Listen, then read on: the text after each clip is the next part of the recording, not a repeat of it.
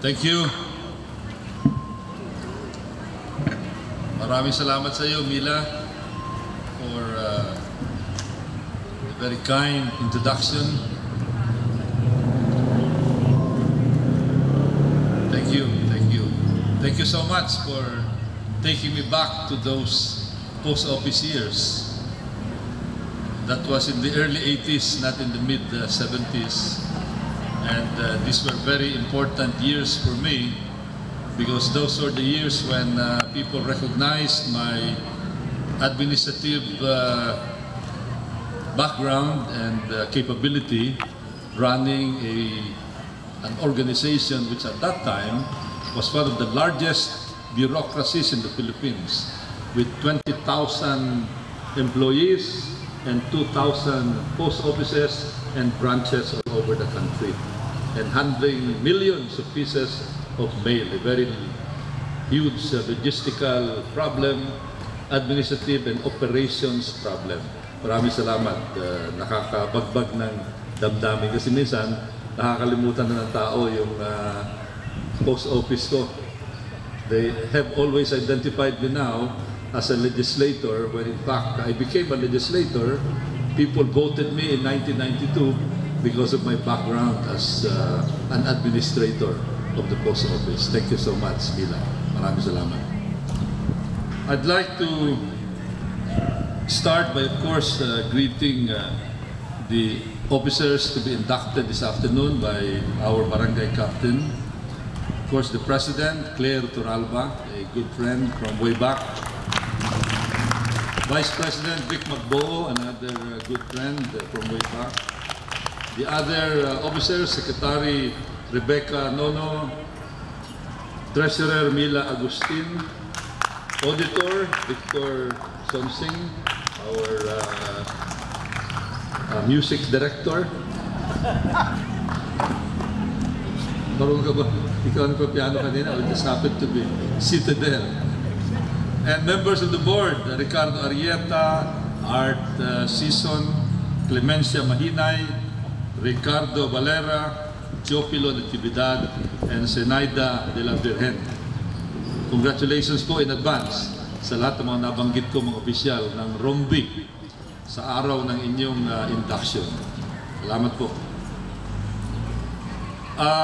Alam niyo, maraming salamat at na-invite ako dito.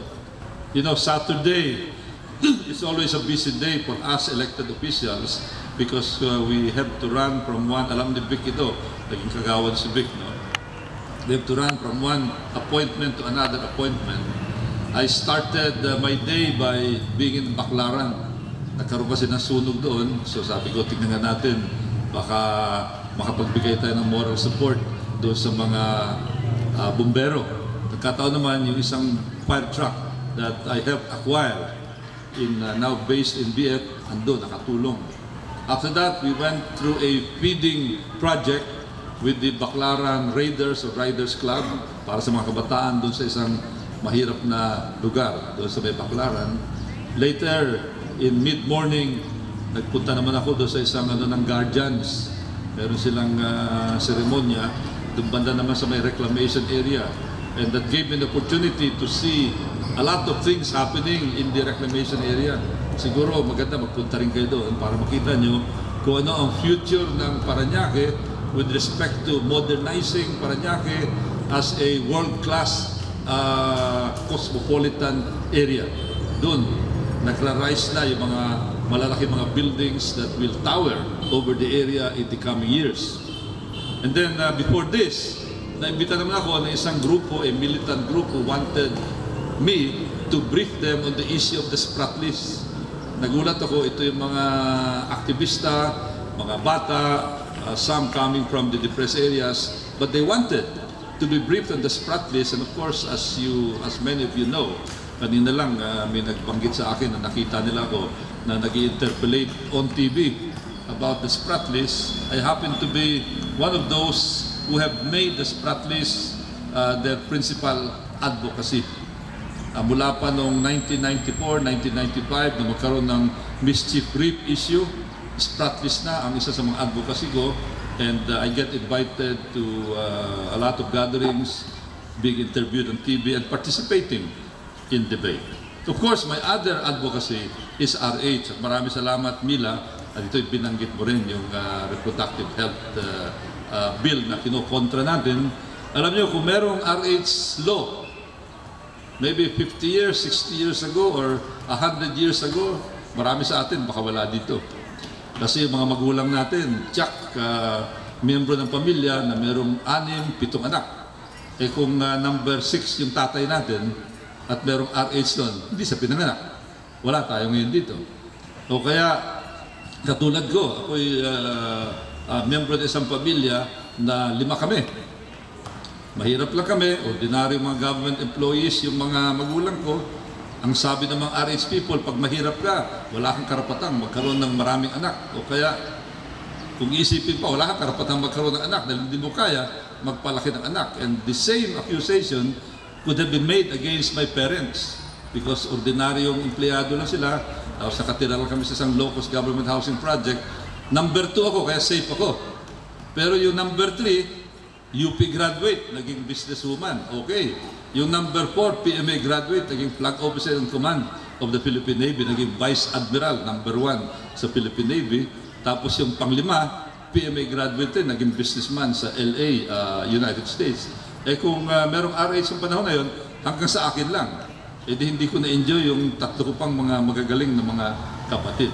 Kaya yun po ang mga bagay na tinututulan natin. And I'm so happy, Mila, that you mentioned this.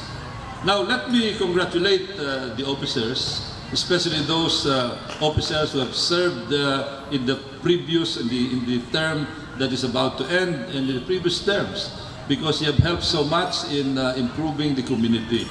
Napakahusay po ng mga nangyayari dito. Dati itong lugar na ito, alam naman natin yung itsura ng lugar na ito, merong talipapa dito na pag nadadaanan, it doesn't jive. It's very important also. Alam mo, ang talipapa has a role in every community, but it must be in the right place. Because if you want to project a modern and modernizing community, everything should look modern. And probably a talipapa would not be in consonance with that image of modernization. And I congratulate you for this grading program. And of course, kinukongratulate ko kayo